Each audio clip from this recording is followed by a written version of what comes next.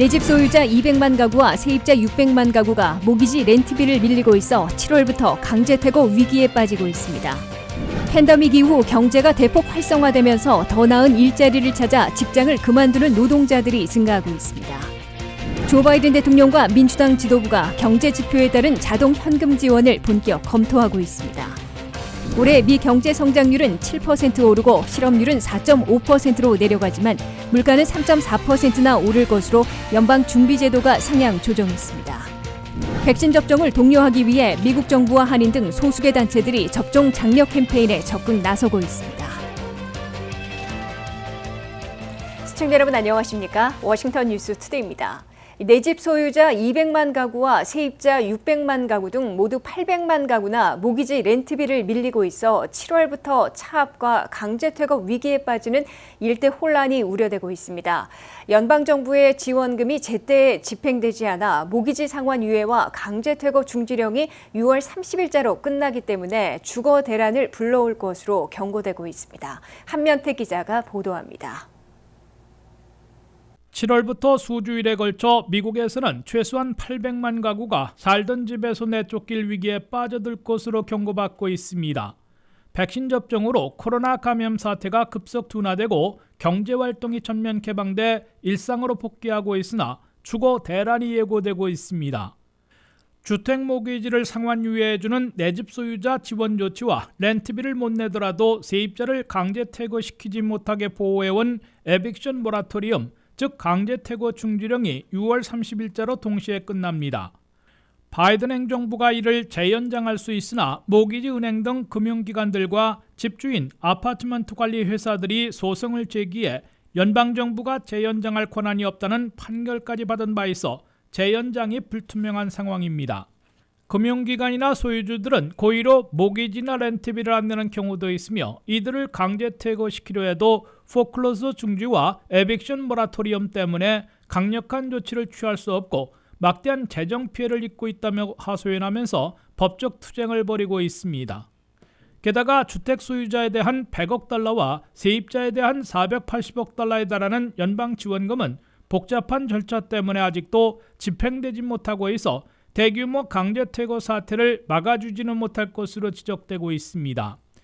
이에 따라 특단의 조치가 없으면 7월 1일부터 미국 내 내 집 소유자 200만 가구와 세입자 600만 가구 등 800만 가구나 살던 집에서 쫓겨날 위기에 빠질 것이라고 CBS 뉴스가 경고했습니다.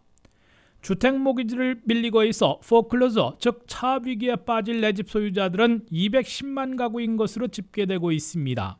이들을 포함해 모기지 내기에 벅찼던 주택 소유자 700만 가구가 모기지 회사로부터 상환을 유예받았다가 상당수는 상환을 재개했으나 210만 가구는 아직 연체하고 있는 것으로 나타났습니다. 모기지 금융회사들은 7월 1일부터는 포클로저 차압 절차에 들어간다는 통지서를 해당 내 집 소유자들에게 보내기 시작하고 대규모 차압에 돌입하게 될 것으로 예고되고 있습니다. 포클로저 차압 조치가 결정되면 몇 달을 추가로 더 살 수는 있어도 어느 날 갑자기 살던 집을 비워주고 쫓겨나게 됩니다.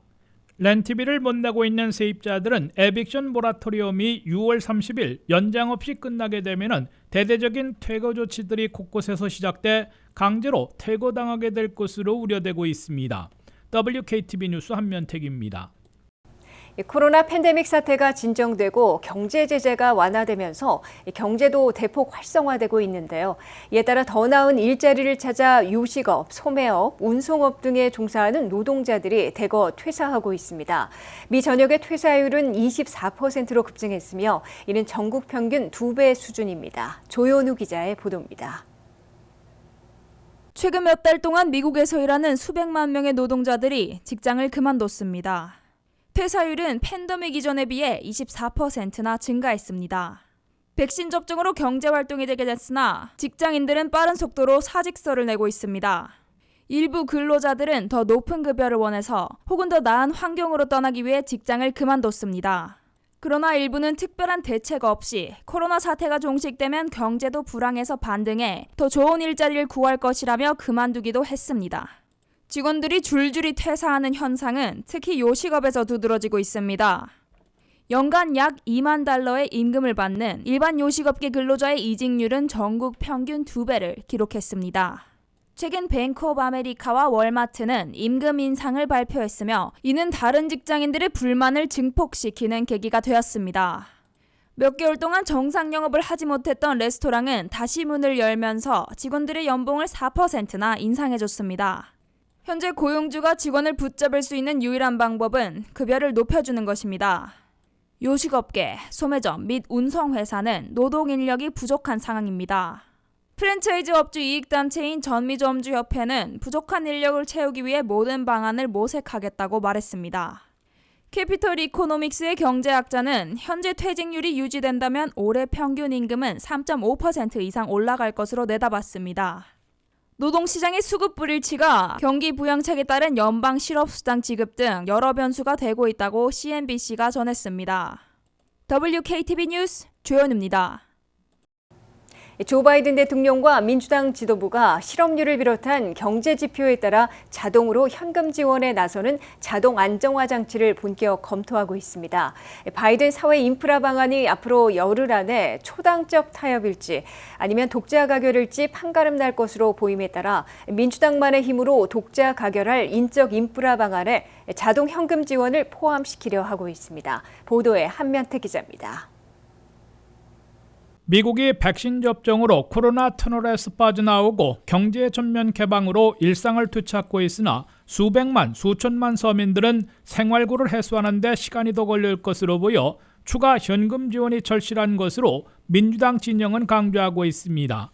특히 민주당 진보 진영은 서민들에 대한 추가 현금 지원 방식으로 매번 논쟁을 겪지 않아도 되도록 경제 지표에 따른 자동 현금 지급을 바이든 인프라 방안에 포함시키려 시도하고 있다고 미 언론들은 전했습니다. 바이든 백악관과 상원 채무위원회가 보고받았던 자동 안정화 장치는 실업률이나 빈곤율, 가계소득 등 특정 경제 지표에 따라 경제 상황이 나빠지면 자동으로 현금 지원금을 보내게 되는 일명 트리거, 방아쇠 장치로 불리고 있습니다. 예를 들어 실업률이 완전 고용으로 간주되는 3.5 내지 4% 아래로 떨어질 때까지 특정 소득계층에 한해 매달 $1,000 이상의 현금 지원금을 보내자는 방안입니다.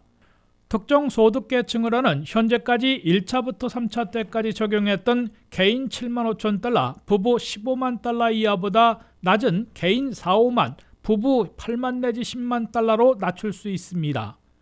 매달 지원금도 성인 1인당 $2,000, 자녀 $1,000로 정할 수 있으며 연속 지원으로 할 수 있고 아니면 일회성으로 한두 번 더 시행할 수도 있습니다.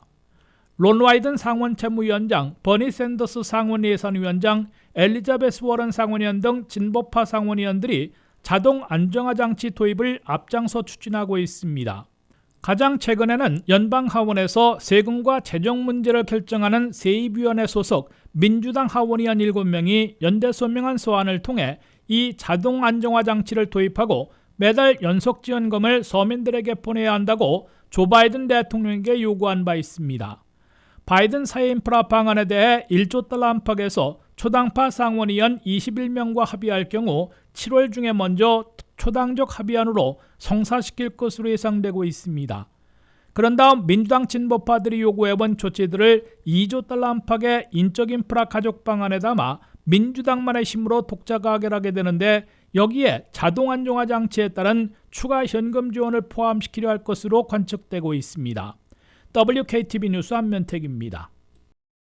미국의 올해 경제 성장률은 7%까지 급등하고 실업률은 4.5%까지 내려가지만 물가는 당초보다 훨씬 높은 3.4%나 오를 것으로 중앙은행인 연방준비제도가 상향 조정했습니다.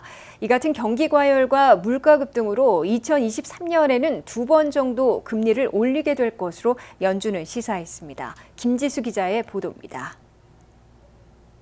미국이 백신 접종으로 일상을 되찾으면서 경기 과열과 물가 급등에 대처해야 하는 상황을 맞고 있습니다. 미국 중앙은행인 연방준비제도는 향후 미국 경제 전망치를 상향 조정하고 이에 어떻게 대처할 것인지를 시사했습니다. 미국의 GDP 경제 성장률은 올해 7%까지 올라갈 것으로 내다봤습니다. 이는 지난 3월 예상했던 6.5% 성장에서 한꺼번에 0.5포인트나 올려잡은 겁니다.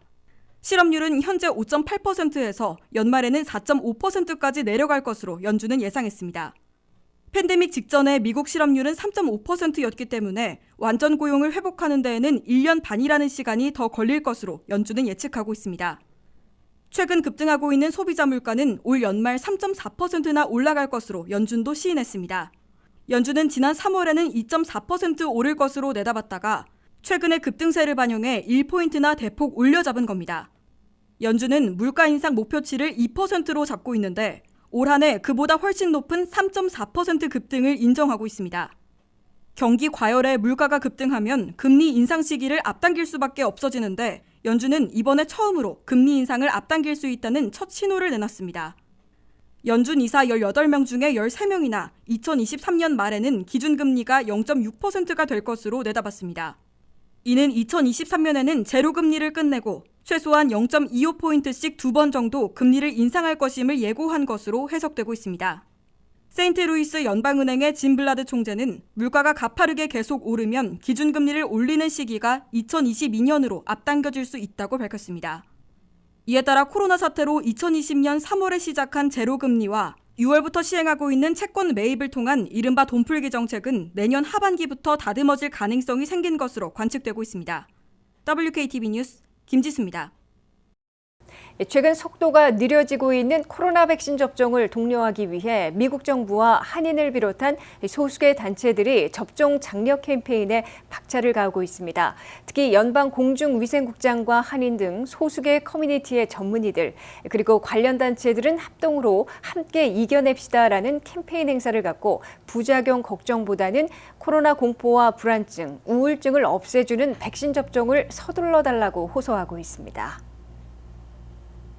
7월 4일 독립기념일에 미국 성인 70%가 한 번 이상 백신 접종을 하도록 목표를 세워온 바이든 행정부가 목표 달성을 위해 한인을 비롯한 소수의 커뮤니티와 전문의들, 관련 단체들과 손잡고 막바지 백신 접종 장려 캠페인을 벌이고 있습니다. 특히 워싱턴 DC와 메릴랜드, 버지니아까지 워싱턴 수도권 일원의 백신 접종률은 이미 70%에 도달했으나 한인을 비롯한 아시아 태평양계의 접종률이 상대적으로 저조해 백신 접종 장려에 박차를 가하고 있는 것으로 보입니다. 미국의 공중보건을 책임지고 있는 연방공중위생국장이 선도하고 지원단체 TDW가 주선한 세미나에서 백신 부작용 걱정보다는 감염 위험을 없애주는 백신 효과가 매우 크고 입증까지 되고 있다며 백신 접종을 서둘러 달라고 촉구했습니다. 한인을 대표로 나온 노년 내과 전문의 임영빈 박사는 우리말로 질의응답하며 백신 접종을 주저하고 있는 주된 이유는 혈전 등 일부 부작용을 걱정하기 때문으로 보이지만 코로나 감염 공포를 없애주는 효과가 훨씬 크고 입증이 됐으므로 안심하고 백신을 접종하라고 강력히 권고했습니다. 백신을 맞는 것에 대해서 부담감이 있으신 거는 부작용 때문에인 것 같습니다. 하지만 이런 부작용들에 대해서 더 깊이 들어가서 직접 찾아보면서 알아가야 되는 것이 중요하다고 생각을 하고요. 그리고 또 효과를 실감해야 된다고 생각을 합니다. 12월 1월 달쯤에 이제 전원에게 접종을 했고요. 그 후부터는 이제 2월 달부터 코로나가 전혀 번지지 않는 것을 확실히 보았습니다. 임영빈 박사는 코로나19 바이러스가 가장 많이 퍼져 가장 많은 희생자를 낸 너싱홈에 찾아가서 어르신들과 모더나 백신을 접종받았다고 소개하고 자신이 진료하고 있는 세 곳의 너싱홈에 계신 한인 100여 명 중에 백신 접종 후에는 한 명도 감염 환자가 발생하지 않았다고 강조했습니다. 임영빈 박사는 노년층은 물론 장년층까지 백신 효과가 입증됐기 때문에 혈전과 심근염 등의 일부 부작용을 걱정하기보다는 코로나 감염 공포에서 벗어나고 나아가 코로나 사태에 따른 불안감, 우울증까지 없애려면 백신을 빨리 맞는 게 훨씬 좋다고 밝혔습니다. 임 박사는 젊은이들의 경우 코로나19 바이러스에 감염되더라도 사망률이 낮다는 이유로 백신 접종을 미루고 있는 것으로 보이지만 중증으로 발병 위험을 낮춰 더욱 안전하게 사회생활을 할 수 있기 때문에 백신 접종에 적극 나서야 한다고 권고했습니다. 임 박사는 또 CDC에 따르면 영국과 남아공, 인도 등의 변이 바이러스가 문제되고 있으므로 변이에 대항하는 이제는 부스터 백신을 금명간 맞기 시작할 수도 있을 것이라며 정부 당국의 발표를 예의주시해달라고 밝혔습니다. 현재 접종되고 있는 화이자, 모더나, 존슨앤존슨 백신의 효과가 적어도 6개월은 지속되고 있고 1, 2년 혹은 3, 4년 갈 것이라는 예측도 나오고 있으나 데이터가 아직은 충분하지 않아 세 번째 접종, 연례 접종 필요성은 추후에 결정될 것으로 본다고 전했습니다. 1차와 2차 백신을 달리해 접종하는 교차 접종에 대해 이명빈 박사는 미국에서는 아직 어떤 부작용이 생길지 몰라 권장하고 있지는 않다면서 당국의 발표가 있기까지는 1차 화이자였으면 2차도 같은 화이자 백신을 맞는 게 바람직하다고 밝혔습니다.